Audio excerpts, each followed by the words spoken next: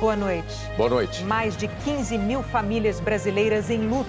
As mortes pela Covid-19 aumentam 50% em uma semana. E o Brasil tem mais casos confirmados do que a Espanha e a Itália. O governo do Rio de Janeiro retira respiradores de um hospital de campanha inaugurado há uma semana para equipar outro que vai inaugurar amanhã. Um experimento em laboratório mostra claramente o poder da máscara e da distância social para prevenir o contágio pelo coronavírus. O Jornal Nacional mostra como os cuidados hospitalares de um paciente com coronavírus se prolongam mesmo depois que deixa a UTI. 3 milhões de brasileiros não conseguem acesso aos programas de auxílio emergencial porque não existem oficialmente. Eles não têm nem certidão de nascimento. Novas pesquisas internacionais desaconselham o uso generalizado da cloroquina contra a Covid. E relatam mortes de pacientes por parada cardíaca. Presos em São Paulo, os 2 homens que ameaçaram e injuriaram em maio o ministro do Supremo, Alexandre de Moraes. Eles desrespeitaram as condições da liberdade provisória de que desfrutavam. O Jornal Nacional está começando.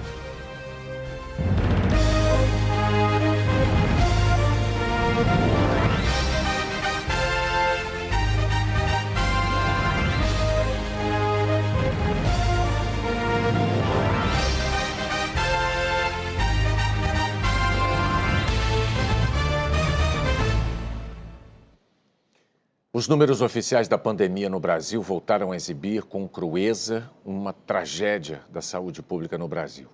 Porque desde o registro da primeira morte por Covid-19 no país, passaram-se exatos 53 dias até que o número oficial de óbitos ultrapassasse a marca triste dos 10 mil. Foi sábado passado. Mas para que esse número subisse 50%, bastou uma única semana. Um salto de 50% em 7 dias. Na véspera de a primeira morte completar 2 meses, o Ministério da Saúde registrou hoje exatas 15.633 vidas perdidas para o coronavírus. 816 só nas últimas 24 horas. E o número de casos confirmados chegou a 233.142, ou seja, o número oficial de brasileiros contaminados, o oficial, ultrapassou o de italianos e o de espanhóis. E o Brasil se torna o 4º país do mundo com o maior número de infectados pelo coronavírus. Há 3 dias, o Maranhão registra recordes no número diário de mortes causadas pela Covid-19. A mãe da Lucimara, Dona Maria da Paz, de 76 anos, testou positivo para a Covid e ficou uma semana internada no hospital com pouca estrutura em Pindaré Mirim, noroeste maranhense. A Lucimar gravou esse vídeo 2 dias atrás. Aqui não tem respirador, o máximo que nós temos é esse aqui, oxigênio, não tem respirador. A Dona Maria foi transferida ontem para a UTI de um hospital de São Luís, numa viagem de ambulância de 5 horas. 84% dos leitos de UTI no interior estão ocupados, mas muitas cidades não têm um leito sequer. E os casos de coronavírus já se espalham por 185 dos 217 municípios maranhenses. O estado ultrapassou os 11.500 casos confirmados da doença e, mais uma vez, houve recorde de mortes. 28 óbitos registrados em 24 horas. Quase a metade em cidades do interior. Na capital, os hospitais seguem no limite, com 98% de ocupação dos leitos de UTI. Hoje, no penúltimo dia de lockdown, São Luís estava vazia. Praia deserta, poucos carros circulando. O seu Antônio só saiu de casa para ir à farmácia. Vou comprar um remédio. Já estou indo para casa. As autoridades esperam que os resultados do lockdown comecem a aparecer na semana que vem, depois dos 13 dias de isolamento obrigatório. A partir de segunda, um decreto do governo do estado deve manter o comércio não essencial fechado até o dia 20. Em meio a tantas vidas perdidas, histórias de quem venceu a Covid também se multiplicam. O Ismael, de 59 anos, perdeu a esposa semana passada e saiu do hospital hoje, depois de uma semana de internação. É um vírus muito ardente, ele é muito perigoso. Ele veio para matar, roubar e destruir. A Prefeitura de Pindaré Mirim disse que presta atendimento a pacientes com Covid-19 dentro das limitações estruturais do município. A Secretaria de Saúde do Maranhão não se pronunciou sobre a demora para que a Dona Maria da Paz Diniz conseguisse um leito de UTI. No Amazonas, a multiplicação do número de doentes se acelerou nesta semana. São 7.083 novos casos da Covid-19 em apenas uma semana. Só hoje foram 1.285. Um novo triste recorde para o Amazonas. No total, o estado contabiliza 19.677 casos, com 1.375 mortos. Tudo isso se reflete no sistema de saúde do Amazonas, que está no limite. Os 4 hospitais que recebem pacientes infectados estão lotados. A taxa de ocupação de leitos de UTI é de 82%. Sandra trouxe a mãe de 81 anos com sintomas de Covid-19 até este pronto-socorro. Após fazer exames, os médicos decidiram interná-la em um hospital que receba pacientes da doença. Elas aguardavam uma vaga. A médica disse que é principalmente porque ela sente, né, essas dores no corpo, ela está com essa febre. Para não piorar, eles indicam que ela pode ficar internada para receber um suporte, né? No Amazonas, o uso de máscaras é obrigatório e apenas o comércio que trabalha com serviços essenciais pode funcionar. Em Manaus, apenas as ruas do centro estão vazias. Nas outras regiões da capital, como a Zona Norte, o comércio funciona normalmente com grande concentração de pessoas nas ruas. Começou a valer hoje o lockdown em 35 cidades do Tocantins. O decreto do governo do estado proíbe a circulação de pessoas e a entrada e saída de veículos. A Prefeitura de Palmas decretou lei seca. A venda de bebidas alcoólicas está proibida. Em uma semana, o número de casos e de mortes pela Covid-19 no estado mais que dobrou.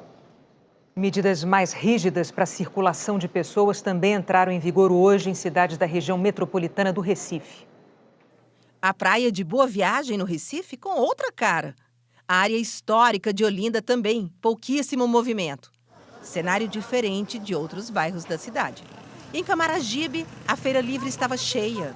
Máscara agora é obrigatória. Até 31 de maio, só pode sair de casa para comprar alimentos, ir ao médico ou à farmácia, por exemplo. Profissionais dos serviços essenciais têm autorização para circular. Também há um rodízio de veículos, de acordo com o final da placa. Carros com mais de 3 passageiros não podem seguir viagem. Vocês estão respeitando por conta das máscaras, mas a questão do quantitativo dentro do carro é que não pode. As medidas mais rígidas de isolamento social entram em vigor justamente no dia em que a Secretaria de Saúde de Pernambuco anuncia um recorde no número de casos confirmados. Em 24 horas, 2.279. Até agora, a média diária não passava de 700 novos casos. O maior número de casos confirmados hoje em Pernambuco referem-se a pelo menos 3 dias anteriores, por um atraso nas informações vindas dos municípios e dos laboratórios privados. Agora são quase 18.500 casos confirmados, quase 1.500 pessoas mortas em Pernambuco. A quarentena é uma medida extrema, mas necessária para que cenas como esta, logo logo, fiquem apenas na memória. O Ceará registrou essa semana o maior número de mortes desde o início da pandemia.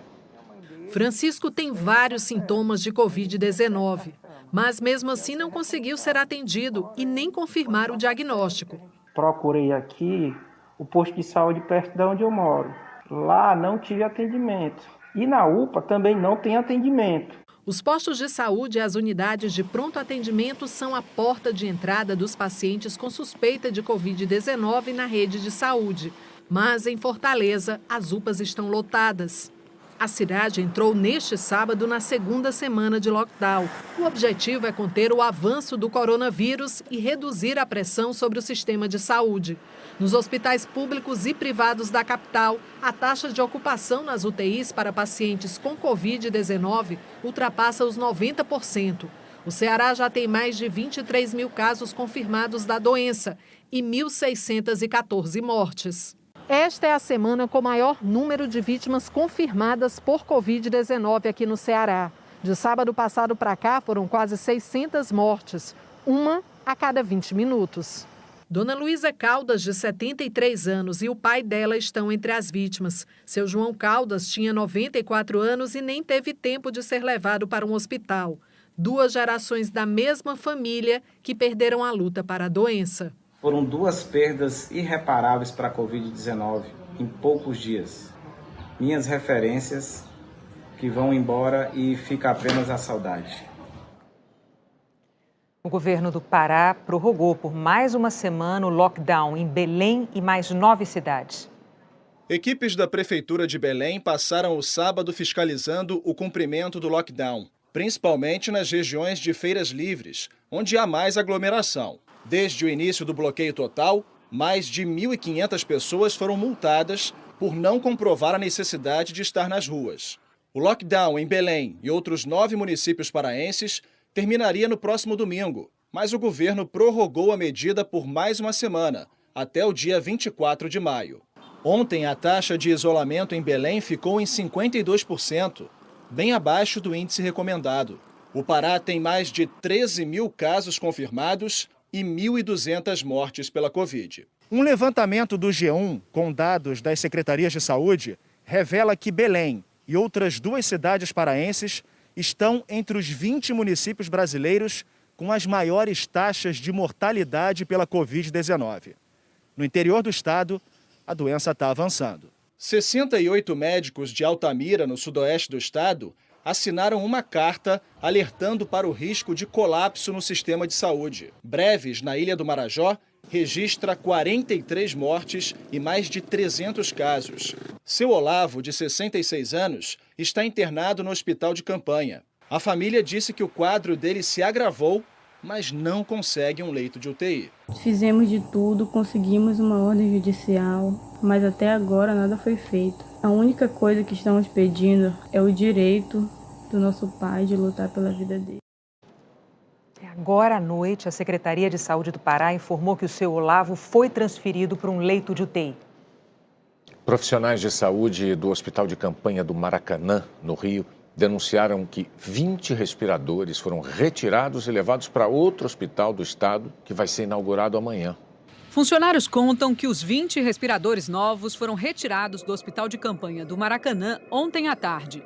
Eles afirmam que os respiradores que ficaram no hospital são de um modelo antigo. A gente tinha pacientes que estavam já com esses ventiladores em uso, recebendo tratamento através deles. Esses ventiladores foram retirados e colocados ventiladores mais antigos que têm uma limitação de recursos.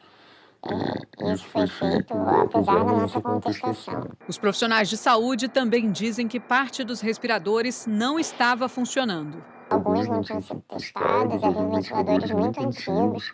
A rede de suporte de O2 não conectava, não era possível conectar em todos.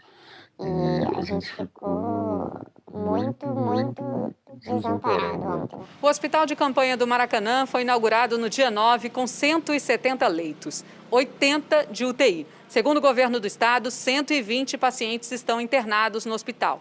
A organização social IABAS, contratada pelo estado, disse que no início da tarde havia 53 respiradores no hospital e 63 pacientes internados na UTI. O superintendente da UES, Elcio Watanabe, admitiu que os 20 respiradores foram retirados do Maracanã e levados para outro hospital de campanha, de São Gonçalo, que vai ser inaugurado amanhã. A gente está com uma remessa de ventiladores para chegar, tá? E a gente tem uma condição hoje de fazer a movimentação dos ventiladores sem que comprometa a qualidade de atendimento.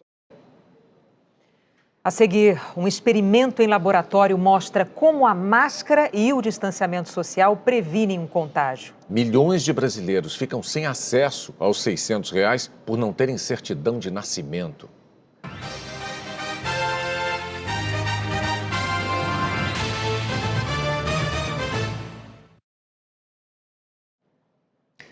O vice-presidente da República, Hamilton Mourão, e a mulher Paula Mourão fizeram hoje o teste para Covid-19. Um servidor que esteve próximo de Mourão na quarta-feira testou positivo. O resultado foi confirmado na manhã de hoje. O vice e a mulher vão permanecer isolados na residência oficial do Jaburu, aguardando resultados dos testes, previstos para segunda-feira. O governo publicou essa tarde, numa edição extra do Diário Oficial, a exoneração de Nelson Tais do Ministério da Saúde. O Ministério confirmou hoje que o general Eduardo Pazuello assumiu interinamente o comando da pasta. Pazuello era secretário executivo do Ministério, convidado pelo presidente Jair Bolsonaro depois da demissão de Luiz Henrique Mandetta. Um dos motivos da saída de Nelson Tais do governo foi a pressão do presidente Jair Bolsonaro para impor ao SUS o uso de um medicamento que não tem eficiência comprovada no tratamento da Covid-19 e que ainda oferece riscos de efeitos colaterais graves. Essa insistência do presidente, que também foi motivo do desgaste do antecessor de Taish, Mandetta, deixa a comunidade científica intrigada, porque dentro e fora do Brasil, muitos estudos já mostraram resultados insatisfatórios e até perigosos do emprego da hidroxicloroquina. Um estudo americano avaliou o uso da hidroxicloroquina no tratamento de pacientes com Covid-19 em centros de veteranos do país. 368 pacientes foram acompanhados. Mais de 27% dos que foram tratados com hidroxicloroquina morreram. 22% dos que receberam o medicamento, combinado com o antibiótico, também morreram. Entre os que não receberam os medicamentos, a mortalidade foi de 11,4%. O jornal The Washington Post destacou uma pesquisa feita por médicos brasileiros e publicada numa das principais revistas médicas do mundo. No Brasil, os pacientes que foram tratados com a cloroquina registraram uma taxa de mortalidade 3,6 vezes maior. As universidades de Albany e Colômbia também não encontraram benefício no uso desses medicamentos. O estudo da Colômbia ainda verificou o aumento de casos de parada cardíaca entre os que receberam hidroxicloroquina. Apesar dos resultados da pesquisa, o presidente Donald Trump continua defendendo o uso do medicamento no tratamento da Covid-19. Um dos principais especialistas em vacinas dos Estados Unidos, o Dr. Rick Bright, foi chefe de pesquisa no Departamento de Saúde do país e disse que foi demitido do cargo depois que criticou a postura de Trump em relação a medicamentos sem eficácia confirmada. Na quinta-feira, Bright depôs no Comitê de Saúde da Câmara e denunciou a pressão política sobre cientistas federais para que montassem um protocolo para aprovar o uso generalizado da hidroxicloroquina no tratamento da Covid-19. Depois da denúncia, a FDA, a agência americana que regula medicamentos, emitiu um comunicado, afirmando que continua avaliando a autorização para uso emergencial da hidroxicloroquina. O comissário da FDA, Stephen Hahn, negou que o presidente tenha pressionado a agência para que o uso da cloroquina fosse autorizado. Mas o site da agência alerta contra o uso da hidroxicloroquina ou da cloroquina para a Covid-19 fora do ambiente hospitalar ou de um ensaio clínico, devido ao risco de problemas no ritmo cardíaco. Você vai ver agora, de forma muito clara, por que autoridades de saúde do mundo todo recomendam o isolamento social e o uso da máscara para barrar a contaminação. O que a luz natural não nos deixa ver, uma iluminação especial revela. Com um manequim e 3 voluntários, a pesquisa analisou como as partículas de saliva viajam pelo ar entre 2 pessoas. Toda vez que a gente fala, a gente libera partículas respiratórias. O objetivo é demonstrar que micro-organismos que estão presentes na nossa saliva, né, nas mãos, eles podem ser transmitidos pela proximidade entre as pessoas, se elas não se protegem, se não mantêm distância. O que a gente quer é ver como micro-organismos vivos saem de uma pessoa e vão parar em outra. Esse experimento, por razões de biossegurança, não poderia ser feito com o coronavírus. Haveria risco de infecção para a nossa equipe e também para as pesquisadoras. Mas vírus se comportam no ar de uma maneira muito parecida com bactérias e fungos. E com esses, a gente consegue trabalhar com segurança. A nossa principal ferramenta vai ser o meio de cultura. Essa plaquinha aqui que tem nutrientes que favorecem o crescimento das colônias de bactérias. E quando elas crescem, elas ficam assim, ó, visíveis a olho nu. No primeiro experimento, o voluntário conversa a meio metro de distância do manequim, ambos sem máscara. A placa com o meio de cultura foi fixada no rosto do boneco. Dá para ver quando as gotículas de saliva voam na direção dele. 24 horas depois, 10 colônias de bactérias ficaram grandes o suficiente para serem vistas sem microscópio. A pesquisa repete a simulação, mas agora com a máscara no manequim. Com a proteção, nenhum micro-organismo foi detectado no rosto. As pesquisadoras então usam um método científico para induzir um espirro, uma haste com algodão. Quando ninguém usava máscara, o manequim recebeu inúmeras bactérias no rosto. Mas quando o boneco estava protegido, nenhum micro-organismo foi localizado nele. Agora, a 2 metros de distância. Voluntários e manequim com os rostos desprotegidos. Conversando de longe, as partículas que saíram das bocas dos voluntários não chegaram até o boneco. Mas quando o espirro é induzido, o manequim foi contaminado. De máscara, as gotículas até atravessam o acessório durante o espirro, mas a distância impede a contaminação do boneco. O uso de máscara, a distância de segurança, são os recursos, junto com a lavagem das mãos e o uso de antissépticos como o álcool em gel, são recursos que nós temos para diminuir o risco de infecção. São medidas muito simples que basta só a gente introduzir no nosso cotidiano. A reportagem mostrou um experimento. Não custa lembrar que na hora de espirrar, a recomendação é sempre cobrir o nariz e a boca com o antebraço, mesmo que esteja usando a máscara. Quanto mais grave for a infecção por coronavírus, mais longo é o tempo de internação na UTI. E mesmo depois do paciente deixar a unidade de terapia intensiva, o processo de recuperação ainda exige cuidados de vários profissionais de saúde. O Eduardo, de 66 anos, passou 25 dias na UTI de um hospital de São Paulo com Covid-19. Ainda internado no quarto, gravou esse vídeo. E fiquei entubado por 15 ou 16 dias. Perdi a noção de tempo, então não sei afirmar direito.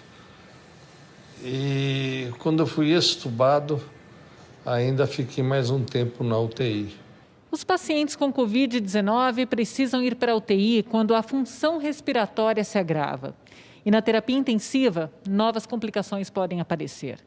É uma doença tão nova que os médicos ainda não sabem dizer se a piora de outras funções é só pelo longo tempo na UTI ou também pela ação do novo coronavírus no organismo. Dentro da UTI é uma doença que é desafio, a gente aprende cada dia, porque ela muda e a evolução é muito rápida, ela piora muito rápido, ela melhora, depois volta a piorar novamente. É o maior desafio que eu já enfrentei, já em 30 anos de formado em terapia intensiva, sem dúvida nenhuma.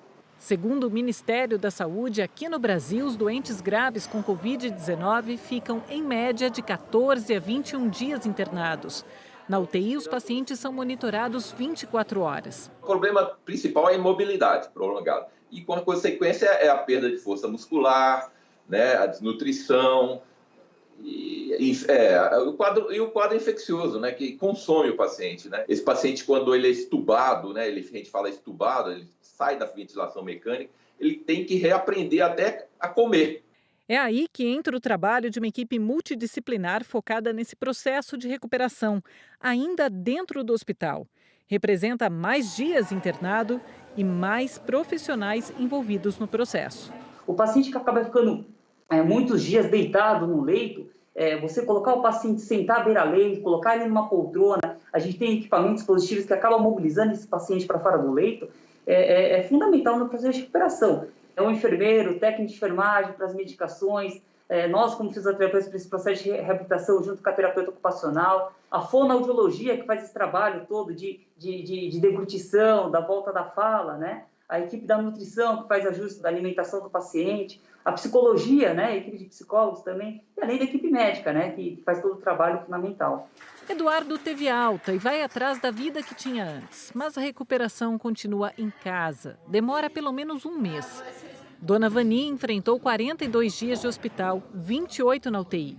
Aos 81 anos está reaprendendo a andar, a comer, mas agora também na companhia da família. Para a gente não tem felicidade maior de saber que ela está em casa, está bem. Vai demorar um pouquinho, mas eu vou chegar lá. 4 pessoas morreram na queda de um bimotor ontem à noite em São Benedito, a 317 quilômetros de Fortaleza. O avião levava um paciente com Covid-19 de Sobral para Teresina. Morreram o piloto, o paciente, uma técnica de enfermagem e um médico. A empresa responsável pelo táxi aéreo disse que está prestando informações e assistência às famílias das vítimas. As causas desse acidente ainda estão sendo investigadas. No mundo inteiro, profissionais de saúde têm sido vistos como heróis nessa pandemia, com direito a aplausos todos os dias em muitas cidades do planeta. Aqui no Jornal Nacional, A nossa forma de prestar homenagem é dedicando a eles um tempo para que falem do que estão sentindo, do que estão fazendo. O relato de hoje é da enfermeira Valéria Queiroz, que atende pacientes da Covid-19 na maternidade Dona Regina, em Palmas.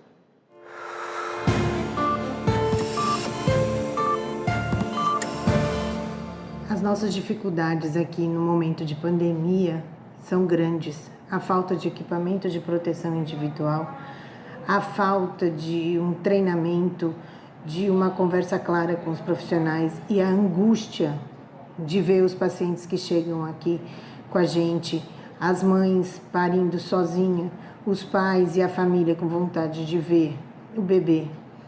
E o pior, a dificuldade de voltar para casa, com a certeza e com a vontade de que nada tenha acontecido.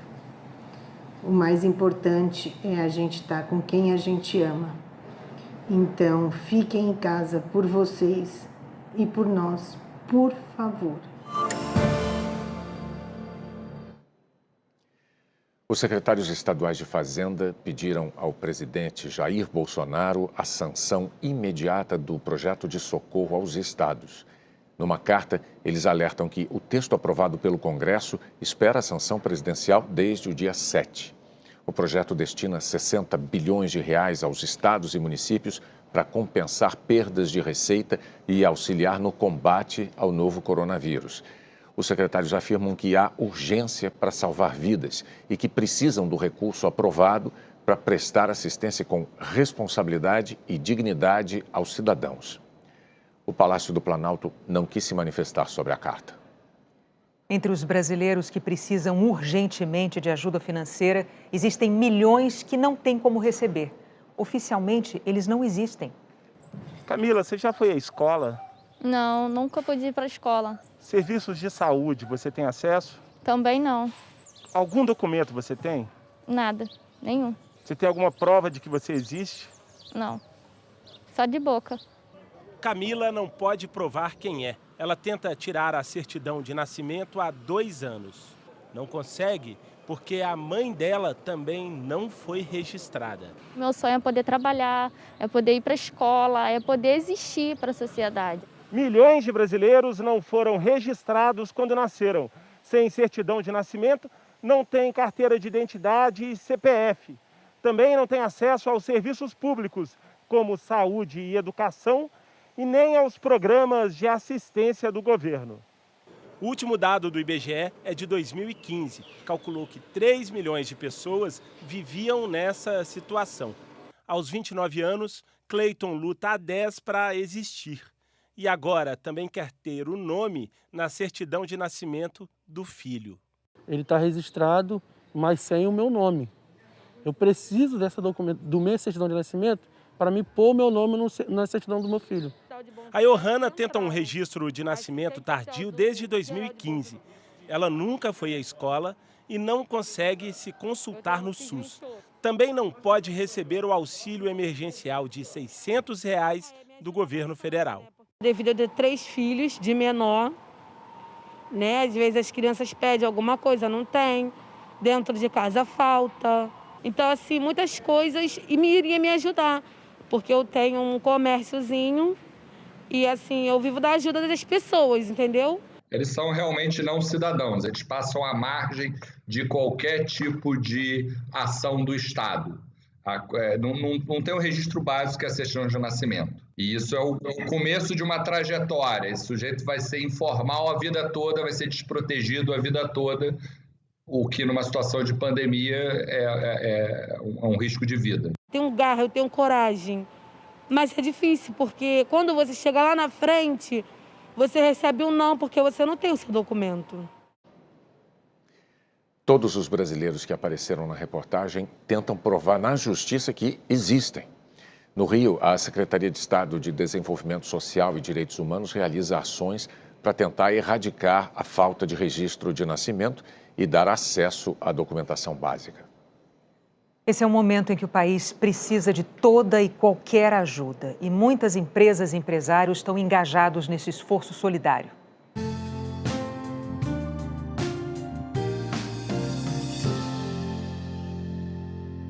A P&G, uma das maiores empresas de bens de consumo do mundo, já destinou quase 27 milhões de reais para o combate à pandemia. A maior parte em produtos de suas marcas, doados para comunidades pobres e para hospitais de 5 estados. Instituições que atuam em Paraisópolis, no Capão Redondo, em São Paulo, e na Cidade de Deus, no Rio, receberam 78 toneladas de cestas básicas. Para fomentar pesquisas sobre a Covid-19, a P&G doou R$200 mil à equipe liderada pela cientista Esther Sabino, uma das primeiras a sequenciar o genoma do novo coronavírus. A empresa está comprando ainda um pulmão artificial de R$315 mil para o projeto Inspire, da Escola Politécnica da USP, que desenvolve ventiladores pulmonares de baixo custo. Eu espero que esse seja um legado para a nossa economia como um todo, né? Que a colaboração, a solidariedade façam parte dessa economia nova que vai emergir depois dessa crise. A Qualicorp, administradora de planos de saúde coletivos, destinou mais de R$12 milhões para a luta contra o novo coronavírus. Numa parceria com empresas, está reformando 65 leitos de enfermaria e 30 de UTI da Santa Casa de Misericórdia de São Paulo. No Rio de Janeiro, a Qualicorp também participou de um consórcio que construiu um hospital com 200 leitos no Parque dos Atletas, na Zona Oeste. A empresa doou 3 mil litros de álcool em gel para as comunidades do Vidigal, no Rio, e de Paraisópolis, em São Paulo, e 3 mil testes rápidos para profissionais de saúde de hospitais públicos do Rio. A gente entende que, nesse momento, construir parcerias para ajudar as pessoas e cuidar das pessoas é o que tem de mais prioritário.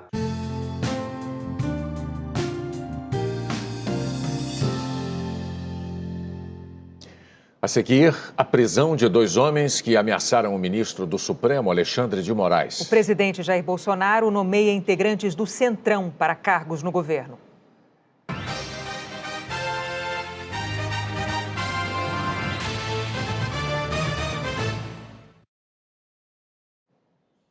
O ministro-chefe do Gabinete de Segurança Institucional, Augusto Heleno, enviou nota ao jornalismo da Globo com críticas à reportagem exibida no Jornal Nacional sobre as trocas feitas pelo presidente Jair Bolsonaro em sua segurança a cargo do GSI. A reportagem pôs em xeque a versão de Bolsonaro sobre sua fala na reunião ministerial de 22 de abril. Bolsonaro alega que sua atitude foi para dizer que tentou fazer substituições na segurança do Rio e não conseguiu. A reportagem mostrou que o presidente não só trocou o diretor do Departamento de Segurança Presidencial, como promoveu o então titular ao comando da 8ª Brigada de Infantaria. Colocou no lugar dele o até então número 2 e também substituiu o chefe do escritório da GSI no Rio. Tudo isso poucos dias antes da reunião ministerial. Portanto, não houve dificuldade para o presidente trocar ninguém da área realmente responsável pela segurança dele. E Bolsonaro não fez nenhuma reclamação quanto ao serviço. Ao contrário, promoveu o maior responsável por ele. Depois da exibição do Jornal Nacional de ontem, o GSI divulgou nota em que repudiou a reportagem e ainda trouxe uma novidade, uma nova versão para a fala do presidente. A nota afirma que a matéria é mal elaborada e uma tentativa de fazer uma reportagem maldosa contra o presidente da República, usando como exemplo a promoção do general Sá Correia, recém-nomeado comandante da 8ª Brigada de Infantaria Motorizada de Pelotas. A nota prossegue dizendo que o então coronel Sá Correia foi selecionado pelo alto comando do Exército por seus méritos para integrar a lista de escolha que seria levada ao presidente da República e que o presidente não participa das reuniões de promoção de oficiais generais que acontecem no alto comando das 3 forças. Mas a nota afirma também que compete ao presidente, por lei, examinar as listas de escolha levadas a ele pelo ministro da Defesa e escolher desses nomes os promovidos. E que cabe ao presidente assinar os decretos de promoção como comandante supremo das Forças Armadas. Segundo a nota, o coronel Soares assumiu a chefia do Departamento de Segurança porque era o mais antigo, depois do coronel Sá Correia. O ministro Augusto Heleno afirma ainda que, na reunião ministerial, falando para os seus ministros e não em público, o presidente citou apenas como exemplo uma troca que desejasse realizar na segurança pessoal dele. e que, caso houvesse qualquer oposição a essa troca, na ponta da linha, ele poderia chegar até a demitir o ministro para que sua decisão fosse cumprida. A nota conclui afirmando que o presidente não se referiu a nenhum caso real que houvesse ocorrido com a sua segurança pessoal. Em resposta, a Globo divulgou a seguinte nota, abre aspas. A nota do ministro do Gabinete de Segurança Institucional, Augusto Heleno, confirma integralmente o que o Jornal Nacional publicou. Que o antigo titular da Direção de Segurança Pessoal da Presidência, o então coronel Sá Correia, foi promovido a general de brigada por escolha do presidente Bolsonaro e que o substituto escolhido foi o número 2 do departamento. Em nenhum momento o Jornal Nacional questionou os méritos do general Sá Correia, quis apenas mostrar que a versão do presidente sobre o que disse na reunião ministerial de 22 de abril não encontra respaldo na realidade. O presidente reiteradas vezes afirmou que se referia à segurança dele, de sua família e de seus amigos, quando disse que tentou fazer mudanças na segurança do Rio e não conseguiu. Como mostrou o Jornal Nacional, o presidente não teve dificuldades em fazer trocas no departamento responsável por sua segurança. Promoveu o titular, substituiu-o pelo seu adjunto e também trocou a chefia do escritório no Rio, sem dificuldades. Por fim, é de se destacar que a frase do presidente Jair Bolsonaro na reunião ministerial de 22 de abril ganha agora mais uma versão. Segundo o ministro Augusto Heleno, o presidente, ao mencionar a segurança no Rio, quis dar apenas um exemplo sobre o que faria caso quisesse realizar uma troca no setor e encontrasse oposição. Poderia chegar até a demitir o ministro para ver a sua decisão cumprida, não tendo o presidente se referido a nenhum caso real que houvesse ocorrido. Registre-se também que o ministro Augusto Heleno não esclareceu por que motivo o presidente se viu compelido a dar esse exemplo. Fecha aspas. Ainda sobre a reportagem de ontem do JN, o advogado do ex-ministro Sérgio Moro, Rodrigo Sanches Rios, divulgou hoje uma nota. Ele afirma que a reportagem, baseada em documentos oficiais, demonstra que nunca houve insatisfação do presidente com a segurança prestada pelo GSI a ele e à família no Rio, nem qualquer dificuldade para realizar substituições na área, porque os responsáveis foram promovidos ou substituídos antes da reunião ministerial.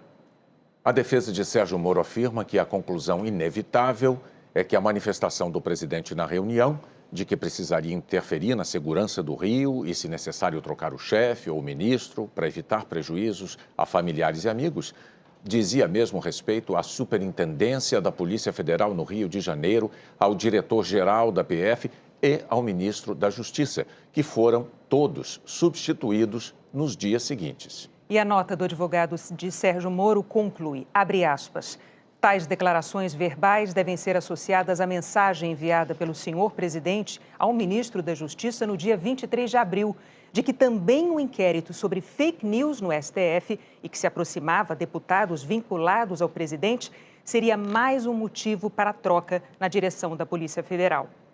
Aguarda-se respeitosamente a divulgação do vídeo da reunião, na qual as intenções das alterações na Polícia Federal ficarão ainda mais evidenciadas. Fecha aspas. O Diário Oficial publicou ontem à noite, numa edição extra, a recondução ao governo de ex-deputados, inclusive do Centrão. O presidente Jair Bolsonaro reconduziu para o cargo de conselheiro da Hidrelétrica de Itaipu o ex-deputado federal e ex-ministro Carlos Marum, do MDB. Nos últimos dias de mandato do ex-presidente Michel Temer, ele foi indicado para uma das vagas do conselho, mas a nomeação ficou suspensa pela Justiça até setembro do ano passado. Marum foi integrante da chamada tropa de choque do ex-presidente da Câmara, Eduardo Cunha, condenado por corrupção na Lava Jato. Outro reconduzido para o Conselho da Itaipu é o ex-deputado federal José Carlos Aleluia. Ele é próximo do presidente da Câmara, Rodrigo Maia, do DEM, que nesta semana se reuniu com Bolsonaro após trocas de farpas dos dois lados. O ministro de Minas e Energia, Bento Albuquerque, foi conduzido pela primeira vez ao Conselho. As reconduções não foram feitas a pedido dos partidos, mas representam mais um gesto de aproximação em meio às negociações de apoio no Congresso. O Palácio do Planalto vem negociando cargos com parlamentares, principalmente com o grupo político com mais influência nas votações, o chamado Centrão. O presidente Jair Bolsonaro tenta aumentar a base aliada para aprovar projetos do governo e barrar um eventual pedido de impeachment. Outra mudança ocorreu na Secretaria da Cultura. O governo exonerou o chefe de gabinete de Regina Duarte, Pedro José Vilar Godoy Horta, o primeiro nome que ela indicou. Foi o ministro-chefe da Casa Civil, Braga Neto, quem assinou a demissão e ainda não há substituto. A Secretaria de Cultura declarou que a mudança se deve a uma reestruturação interna motivada por novos projetos e prioridades e que fazem parte desse processo eventuais adequações das equipes e suas lideranças. O ministro Celso de Mello, do Supremo Tribunal Federal, determinou ontem à noite que o presidente Jair Bolsonaro seja comunicado de uma ação sobre impeachment. Um grupo de advogados recorreu ao STF para que o presidente da Câmara, Rodrigo Maia, avalie a denúncia por crime de responsabilidade contra o presidente da República. Os advogados elencam uma série de condutas de Bolsonaro que consideram configurar crimes em meio à pandemia do coronavírus. Com a decisão do ministro Celso de Mello, uma vez comunicado da ação, o presidente pode contestá-la. A polícia de São Paulo prendeu 2 homens que usaram um carro de som para ofender e ameaçar o ministro Alexandre de Moraes, do Supremo Tribunal Federal, há 2 semanas. Antônio Carlos Bronzeri e Jurandir Alencar foram presos a primeira vez no dia 2 de maio e liberados depois de pagar fiança. Eles tinham que cumprir medidas cautelares, entre elas não sair de casa, mas foram vistos nas ruas, inclusive em uma manifestação contra a quarentena. Por causa do descumprimento das medidas, a Justiça decretou a prisão preventiva. No despacho, a juíza diz que o encarceramento dos representados é medida que se impõe, tanto porque desrespeitaram o benefício da liberdade provisória concedido, bem como para a garantia da ordem pública, imprescindível neste momento vivido. No dia 2, Antônio Carlos Bronzeri e Jurandir Alencar fizeram um protesto na frente da casa do ministro do STF, Alexandre de Moraes. Eles estavam com outras pessoas não identificadas e usaram um carro de som para ofender o ministro e a família dele. Os 2 se tornaram réus e vão responder por ameaça, injúria, difamação e perturbação de sossego. Segundo o Ministério Público, as ofensas foram por causa da decisão de Alexandre de Moraes de suspender a nomeação do diretor da ABIN, Alexandre Ramagem, para a Direção-Geral da Polícia Federal. Antônio Carlos e Jurandir foram levados para uma delegacia e devem ser transferidos para um presídio. A Defensoria Pública pediu a libertação dos 2 réus. Afirmou que eles não descumpriram a ordem de ficar em casa porque moram nas barracas de um acampamento em frente à Assembleia Legislativa de São Paulo. Nós não conseguimos contato com a defesa, que diz que há arbitrariedades em todo o processo. Morreu hoje em São Paulo o escritor e jornalista Luiz Macluf Carvalho. Macluf tinha 67 anos e nasceu em Belém, no Pará.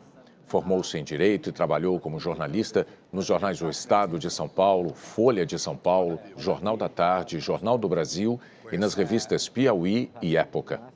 Escreveu 7 livros e ganhou 2 vezes o Prêmio Jabuti pelas obras Mulheres que Foram à Luta Armada e Já Vi Esse Filme. No ano passado, publicou O Cadete e o Capitão, A Vida de Jair Bolsonaro no Quartel.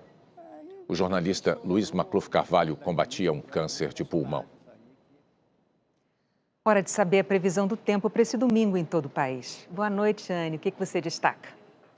Oi, Renata. Boa noite para você, para o Bonner. Boa noite a todos. Olha, depois de uma semana fria em grande parte do país, né? Nesse domingo nós teremos um dia típico de outono, madrugadas frias e tardes quentinhas. A frente fria já foi embora e agora o que predomina é o ar seco em toda essa área amarela do mapa. Na região sul, São Paulo, Minas Gerais, Goiás até Mato Grosso do Sul, O domingo será praticamente sem nuvens no céu. Em Porto Alegre, o dia pode começar com nevoeiro e mínima de 12 graus. Mesma temperatura de São Paulo. No Rio de Janeiro, mínima de 14 e Cuiabá, mínima de 17 graus. E até o meio da tarde, a temperatura sobe bastante. Em São Paulo e Porto Alegre, a máxima chega aos 25 graus. Agora, falando de chuva, em Natal choveu 150 milímetros em 24 horas. Amanhã ainda tem previsão de chuva. Ela pode ser forte, mas não como a que caiu hoje cedo. O sol aparece e a máxima chega aos 32 graus. Já pode chover forte de manhã em Fortaleza, onde a máxima não passa dos 29 graus. São Luís, Manaus e Boa Vista, máxima de 30 e chuva. Floripa e Campo Grande, máxima de 26 graus. Goiânia, 28, Belo Horizonte, 24 e Salvador, máxima de 30 graus. A próxima frente fria chega ao sul do país com chuva e muito frio na quinta-feira da semana que vem. E aí ela começa toda a sua caminhada pelo país e o frio deve chegar até o norte. Bom domingo a todos. Bom domingo para você também. Quinta-feira que vem você fala mais sobre essa chegada do frio. Falo sim. Tá bom. A polícia francesa prendeu Félicien Kabuga, um dos suspeitos mais procurados pelo genocídio de Ruanda. O Tribunal Penal Internacional para Ruanda acusou Kabuga de genocídio e crimes contra a humanidade por financiar extremistas étnicos hutus que mataram 800 mil tutsis em 1994. Félicien Kabuga está com 84 anos. O Fantástico de amanhã vai mostrar uma investigação internacional que prendeu brasileiros que passaram anos foragidos no exterior. Os criminosos presos usavam todo tipo de artimanha para despistar a polícia. Um simulou a própria morte. O outro foi preso em flagrante fazendo uma cirurgia plástica para mudar o rosto. Exclusivo. As conversas trocadas entre o grupo que foi preso esta semana no Rio pela Operação Lava Jato. Em plena pandemia, a suspeita é de desvio de dinheiro público em contratos de hospitais de campanha. Um respirador de R$32 mil, tem gente do Estado querendo que coloque na nota 250 mil. Tá maluco, hein, rapaz? As partidas de futebol estão suspensas em quase todo o mundo. Mas aqui no Brasil... Um jogo fantasma entre dois times brasileiros movimentou mais de R$10 milhões em apostas no mundo inteiro. Festas, aglomerações, gente se recusando a usar máscara. Amigo, você te deu a máscara, usa a máscara. Por que é que tem gente que age como se nada estivesse acontecendo e não faz o menor esforço para esconder isso? E a nossa homenagem às vítimas do coronavírus no Brasil. Estava sempre sorrindo. E que sorriso lindo. Rodeada de amigos e querida por todos. Nunca somente mais um na estatística. Nunca. É para não esquecer. É Fantástico, é amanhã às 8 da noite, é depois do Faustão. Você vai ver. Depois do intervalo, a chance de o torcedor rever grandes conquistas do Clube do Coração. E a ajuda preciosa de voluntários que abriram vagas em hospitais nessa pandemia.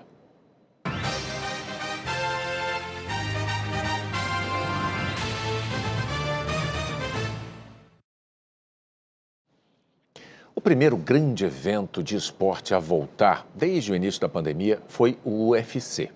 E os organizadores ainda tentam se adaptar às novas exigências. Essa era a expectativa. Iniciar uma trajetória sentindo o calor da torcida e a badalação de um grande evento. Só que a realidade impôs condições diferentes ao brasileiro Rodrigo Ferreira em sua primeira luta no UFC. Nunca esperei estrear dessa forma. Eu ainda quero sentir a pressão do público. Com certeza eu acredito que deve ser diferente. Hoje não tem torcida na arena, só pela TV. Como nos dois eventos anteriores que o UFC realizou ao longo da última semana, na cidade de Jacksonville, estado da Flórida. Havia ainda outras medidas de segurança previstas num documento de 25 páginas que listava os cuidados que seriam tomados com a saúde dos envolvidos. Mas parte dessas ações não saiu do papel. As encaradas antes dos combates ocorreram quase sempre sem o uso de máscaras e com atletas muito próximos. No octógono, depois de cada combate, o entrevistador apertou a mão dos lutadores. O UFC disse que algumas regras foram adaptadas e que todos os participantes foram testados para a Covid-19. Depois dos títulos da seleção brasileira, chegou a hora de rever as conquistas dos maiores times do Brasil aqui na Globo. Chegou o momento dos torcedores dos clubes brasileiros soltarem aquele grito de gol abafado pela quarentena. O canto adormecido, agora amplificado pelo sistema de som da casa. Eu consegui, pelo menos, matar a saudade do Maracanã por alguns segundos. E é justamente isso que eu mais sinto falta. Os flamenguistas vão rever uma conquista recente. A Taça Libertadores do ano passado contra o River Plate. Vale enfeitar a cama e o cachorro também. Para ver o Bahia ser campeão em cima do Internacional no Brasileirão de 88. Agora, desta vez, o Enzo Gabriel vai realmente precisar de espaço. Porque vai ter Corinthians e Chelsea na decisão do Mundial de 2012. Muito triste com a situação, mas muito ansiosos também para voltar a frequentar os jogos. Os jogos do Timão, filho. Não tem a mesma emoção que uma arquibancada, mas torcer dentro de casa também é legal. E ainda pode desenvolver habilidades especiais nas pessoas, como, por exemplo, exercitar a imaginação, mas sempre respeitando a vizinhança, claro. Imagina o barulho que o Felipe não vai fazer durante o jogo que deu ao Grêmio a Libertadores de 83 em cima do Peñarol. A sala do Bruno certamente vai precisar de um isolamento acústico, porque o jogo é do Atlético Mineiro e a final é contra o Olímpia. Libertadores 2013. E o Jorge Henrique vai poder comemorar novamente o título do Sport em cima do Corinthians pela Copa do Brasil em 2008. Se as costas aguentarem. O benefício de ver um jogo histórico certamente vai fazer bem ao coração. Amanhã, o Esporte Espetacular tem uma entrevista exclusiva com o Serginho da seleção de vôlei, que anunciou a aposentadoria. Olá, boa noite. O adeus do jogador mais vitorioso do vôlei brasileiro. Bicampeão olímpico e mundial, o líbero Serginho anuncia a aposentadoria. E hoje poder parar, para mim é a melhor coisa do mundo. Poder encerrar a carreira e relembrar tudo e dizer que tudo valeu a pena. E recebe homenagens de antigos companheiros. Irmão e melhor jogador de vôlei da história, meu muito obrigado. Enquanto o futebol não volta, o jeito é jogar de casa. Ídolos de várias torcidas defendem seus times num campeonato de videogame. E já adianto, teve gol do Gabigol. Conseguiu botar na frente, bateu! Meu Deus! Meu Deus! E a gente embarca em mais uma aventura do planeta extremo. Dessa vez, num desafio de canoagem ao lado de um vulcão. O Esporte Espetacular é amanhã, às 10 da manhã, depois do Auto Esporte. Até lá! A pandemia está deixando milhões de brasileiros sem emprego e sem renda, uma situação gravíssima. Por isso é tão importante o trabalho de movimentos como o União Rio. O corredor lotado, o depósito abarrotado. Mais do que a quantidade de alimentos, o que impressiona é a velocidade com que eles acabam. Em um dia acaba tudo isso aqui? Acaba. É muito rápido. Uma organização que atendia 150 famílias, hoje está com 2.000 famílias cadastradas. Uma sala de aula sem alunos normalmente é um lugar vazio e inútil. Mas não nessa escola, que durante a pandemia assumiu um novo compromisso e passou por uma transformação. Aqui, com a ajuda que estão recebendo, os professores estão aprendendo a salvar vidas e a diminuir o sofrimento de quem precisa de apoio. Eram pobres, mas que com muita luta, né, muito trabalho do seu próprio suor, conseguiam, né, dar pelo menos o que comer para os seus filhos. Hoje, nem isso eles conseguem. Quem não pode buscar, recebe em casa. A senhora mora sozinha aqui? Glória e Deus. Sozinho ninguém está, mas quando todos se juntam, o resultado é muito melhor. São os frutos de um movimento que surgiu no início da pandemia, o União Rio. Doações como essa já chegaram a 178 comunidades. São mais de 500 voluntários atuando em duas frentes, distribuindo alimentos, produtos de higiene, cartões de compras. e apoiando o sistema de saúde. Os novos leitos no Hospital Universitário da UFRJ foram o primeiro resultado da ação do grupo. As doações do União Rio reativaram 156 vagas do hospital, todas para tratamento da Covid-19. São 60 leitos de UTI e 96 de enfermaria. Posso te dizer, para a gente ele não foi o movimento União Rio, foi o movimento Irmão Rio. Sem eles, nós não teríamos essa antecipação de planejamento e de adequação do hospital para enfrentar essa pandemia. O movimento também foi um dos principais parceiros na inauguração deste hospital de campanha, com 200 leitos. O resultado das ações inspirou outros grupos e o modelo se espalhou por 19 estados. Quando a gente montou esse movimento, a gente via que tinha muita gente querendo doar, né? Esse espírito de solidariedade se aflorou muito assim nesse momento, mas as pessoas não sabiam como. Qualquer pessoa pode contribuir, a gente está tendo contribuições assim, de todos os valores, qualquer real ajuda, qualquer real é mais comida que a gente consegue doar, é mais itens de higiene, é mais material de proteção. O União Rio já transformou em doações os mais de 40 milhões de reais que arrecadou e vai continuar, porque durante a pandemia, quem não precisava ontem, hoje precisa. O marido da Priscila não resistiu à Covid. Ele tinha 37 anos. Ele não tinha problemas, anteriores a isso. A mãe ficou sozinha com o Noah, de 1 ano e 10 meses. Eles vieram buscar uma ajuda, pelo menos para recomeçar. Deus vai me ajudar a concluir os nossos sonhos, que era cuidar do Noah, transformar o Noah num homem honesto, assim como era o pai dele. Para colaborar com essas e outras instituições, você pode se juntar a uma corrente de solidariedade na plataforma praquemdoar.com.br. A plataforma criada pela Globo reúne projetos de várias instituições que precisam do seu apoio para enfrentar a pandemia. O Jornal Nacional está terminando e com a nossa solidariedade, as famílias dos 15.633 brasileiros vencidos pela pandemia. A todas o nosso respeito e o luto de um país inteiro.